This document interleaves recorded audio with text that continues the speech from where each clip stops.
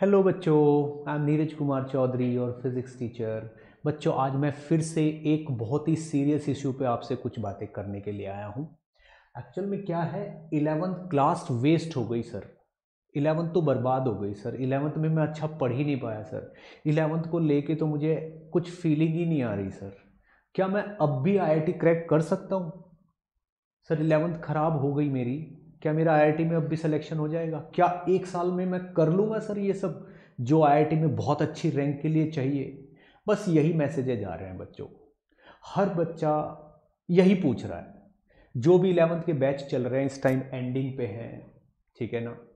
ठीक है ना? सब बच्चे हर चीज़ की चिंता छोड़ के, एग्जाम की चिंता छोड़ के बस इसी चिंता में है कि यार 11th तो खराब हो गई, अब 12th स्टार्ट करूं, क्या करूं, कैसे पढूं, मुझसे हो भी पाएगा नहीं हो पाएगा। इसी चीज़ से बहुत सारे बच्चे परेशान हैं। ठीक है, तो मैं आज इसी टॉपिक के ऊपर, इसी बात को थोड़ा सा और मतलब इस पे थोड़ी सी आपसे मतलब इंटरनल बातें करूंगा, बिल्कुल मन की बातें जो हैं। ठीक बच्चों, देखो, सबको लगता है कि मेरी 11th बर्बाद हो गई, अच्छी नहीं है। बहुत ही कम लोग ऐसे होंगे जिनको लगता है कि उनकी 11th ठीक ठीक है, बहुत बेहतरीन है। ये तो किसी को भी नहीं लगता होगा, ठीक है ना? लेकिन बच्चों, इसमें सच्चाई है। बहुत सारे 11th क्लास के student, 90% of the student 11th को अच्छे से नहीं कर पाते। बहुत गड़बड़ हो जाती है उनकी। उसके पीछे बहुत सारे कारण भी होते हैं। थोड़े कुछ लेट ज्वाइन करते हैं, कुछ लोगों को स्टार्टिंग में अच्छा टीचर नहीं मिल पाता, ट्रैक खराब हो जाता है, ठीक है ना? ऊपर से ये कोरोना वोरोना पता नहीं क्या क्या हो रहा था अभी, उसकी वजह से भी बहुत सारे लोगों की ये 11th खराब हो गई है। तो इस बात में सच्चाई है। I am with you people, आप लोग गलत नहीं हो। अगर आपको फीलिंग आ रही है ना कि सर 11th तो अच्छी नहीं गई है, बर्बाद हो गई सर, और इसी साल आईआईटी भी निकालना है, क्या करें, कुछ बताइए सर, तो उसी के लिए मैं यहाँ पे हूँ। तो बच्चों, सबसे पहली चीज़ तो, अब जो आपका क्वेश्चन है कि क्या मेरा सिलेक्शन अब भी हो सकता है, तो उसका आंसर है हाँ, यस, आपका सिलेक्शन हो सकता है, 100% हो सकता है। क्यों? क्योंकि मैंने 15 साल से यही देख रहा हूं मैं। बहुत सारे मेरे ऐसे स्टूडेंट हैं जिन्होंने 11th को बिल्कुल बर्बाद कर दिया था अपनी, उनका कुछ था नहीं, 12th में आए, आके ऑलमोस्ट रोने वाली कंडीशन में रहते थे कि सर 11th से तो कुछ आता ही नहीं है, क्या करें। और मैंने उन लोगों की 200, 300, 500, अंडर 1000 रैंक आते हुए अपनी आंखों से देखा है, खुद पढ़ाए हैं ऐसे स्टूडेंट्स। तो बच्चों, जिनकी 11th वेस्ट हो चुकी है, खराब हो चुकी है, उनको चिंता करने की जरूरत नहीं है। आईआईटी अब भी हो सकती है, और बहुत बेहतरीन रैंक के साथ हो सकती है। बहुत बढ़िया आईआईटी एनआईटी आपको अभी भी मिल सकता है। कुछ भी टाइम मतलब गया नहीं है, लेकिन बहुत ज्यादा टाइम बचा भी नहीं है। आपको माइंड मेकअप करना पड़ेगा, कमर कसनी पड़ेगी, एक एक सिंगल मिस्टेक से बच के निकलना पड़ेगा आपको। एक भी गलती आपको दोहरानी नहीं है, तो 100% हो जाएगा। जितने भी स्टूडेंट्स ने 11th बर्बाद होने के बाद बहुत ही बेहतरीन रैंक के साथ सिलेक्शन लिया है, उनकी कहानी बिल्कुल यही है कि उन्होंने कमर कस ली थी, डिसाइड कर लिया था कि 12th को खराब नहीं होने देंगे। बिल्कुल ऑन टाइम, यानी कि टाइम से थोड़ा सा पहले उन्होंने 12th स्टार्ट कर दी, ठीक है ना? तो बच्चों, इस क्वेश्चन का आंसर तो मैंने आपको दे दिया कि सिलेक्शन हो सकता है कि नहीं हो सकता। आंसर है हाँ भाई, हो सकता है, 100% हो सकता है। अब मैं वो बातें बताऊंगा जो अब आपको फ्यूचर में करनी है। सबसे पहली चीज, जो 11th का बैकलॉग है आपका, खराब हो गई, बर्बाद हो गई, चिंता नहीं करनी। 11th का जो बैकलॉग है उसको थोड़े दिनों के लिए भूल जाओ, रहने दो, लीव इट। 12th के लिए सोचो, 12th के लिए सोचो अब। और जो जो मिस्टेक आपने 11th में की है उनको लिख लो कि मैंने 11th में ये गड़बड़ की है, ये गड़बड़ की है, ये एक 1.5 घंटा आपको अकेले रूम में कॉन्सेंट्रेट होके, फोकस होके अपना पिछला 1 साल सोचना पड़ेगा कि मैंने पिछले 1 साल में क्या किया है। जितनी भी प्रॉब्लम आपको आई है उन सबको लिख लो और डिसाइड कर लो, एक को भी अब 12th में रिपीट नहीं होने देना है। सबसे पहली चीज क्या है? एक्सपेरिमेंट्स। आज हम इस टीचर से पढ़ रहे हैं, यार इसका अच्छा नहीं लगा, अब हम उससे पढ़ेंगे। वहाँ पे शुरू हो रहा है, वहाँ पे ये चैप्टर बीच में रह गया, यार वहाँ पे शुरू में समझ नहीं आया, ये सारी चीज़ें हो गया ना। ये सब 11th में देख लिया ना, अब तो आपको पता चल गया ना कौन टीचर के पास आपको अच्छा समझ में आता है, जाओ और उसी के पास पहुंच जाओ, ठीक है ना। जितना जल्दी हो सके 12th स्टार्ट कर लो और पूरा साल इधर उधर ट्रैक से राइट लेफ्ट नहीं होना, पूरा साल पढ़ना है उसी टीचर से, उसी तरीके से जैसे वो पढ़ाता है। दूसरी चीज, बहुत सारे मटेरियल के पीछे हमें नहीं पढ़ना है, बिल्कुल भी नहीं पढ़ना। ये बुक ले लूं क्या सर इस बुक से प्रैक्टिस अच्छी हो जाएगी क्या, सर इसमें थ्योरी अच्छी है, क्या है इसमें, नहीं। ज्यादा मटेरियल के पीछे नहीं पढ़ना, जो आपके सर बोल रहे हैं बस वही मटेरियल लो आप। बच्चों ज्यादा मटेरियल से तो हम कंफ्यूज हो जाते हैं, कुछ पूरा होता ही नहीं है। एक चीज पकड़ो और पूरी उतार दो, कंप्लीट कर लो, ठीक है ना। दूसरी चीज ये डिसाइड कर लो कि एक एक मिनट यूज करनी है, एक मिनट भी वेस्ट नहीं करनी, यानी कि हार्ड वर्क भी करना है हमें और स्मार्ट वर्क भी करना है, ठीक है ना। हार्ड वर्क हो गया, स्मार्ट वर्क हो गया।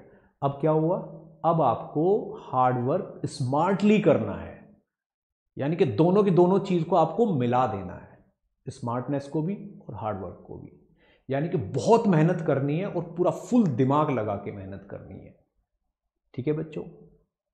अब और भी बहुत सारी बातें हैं जो मुझे यहाँ पे बतानी है, लेकिन उनसे पहले एक चीज और बच्चों, किसी भी स्टूडेंट का अगर आप देखोगे, जो भी टॉपर स्टूडेंट है, rank under 10, under 100, under 200, under 1000, किसी का भी देखोगे, average time per day study का निकलेगा कम से कम 6 आवर, 6 घंटे प्रतिदिन बच्चा स्टडी करता है, तब वो टॉपर बनता है, तब उसका सिलेक्शन होता है।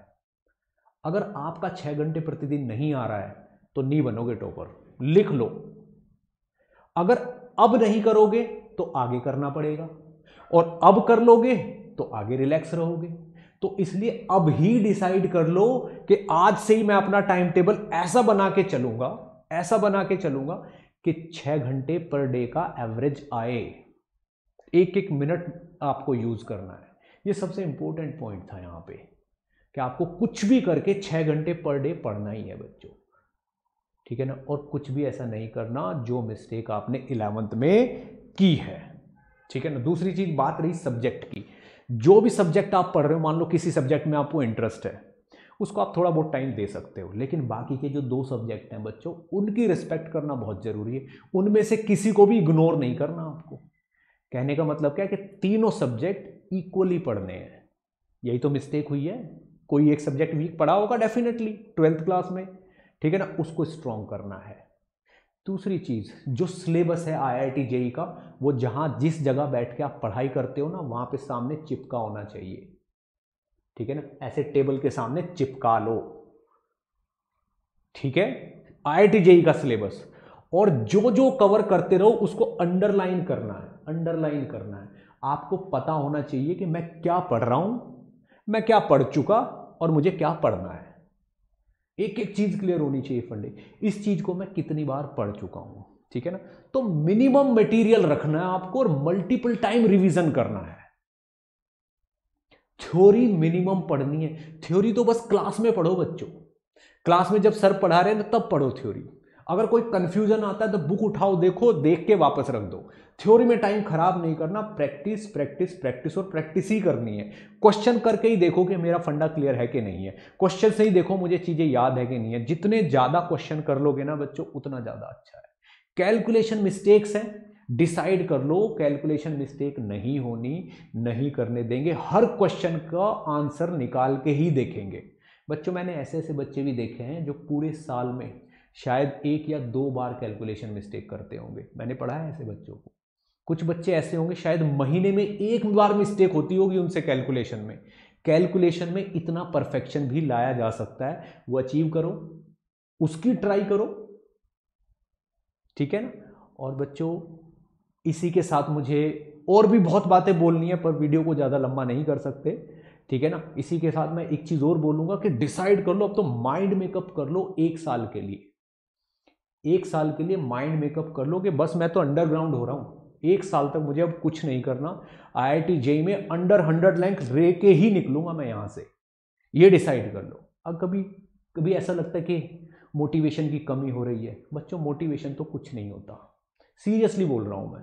किसी बाहर से किसी की बात सुनोगे, यार इसकी कुछ बात सुन लूँ, मैं इसकी बात सुन लूँ, सर से बात कर लूँ, बच्चों जो बाहर से लिया हुआ मोटिवेशन है ना, वो 2 या 3 दिन चलता है बस, उसके बाद आप भूल जाते हो मैंने क्या सोचा था।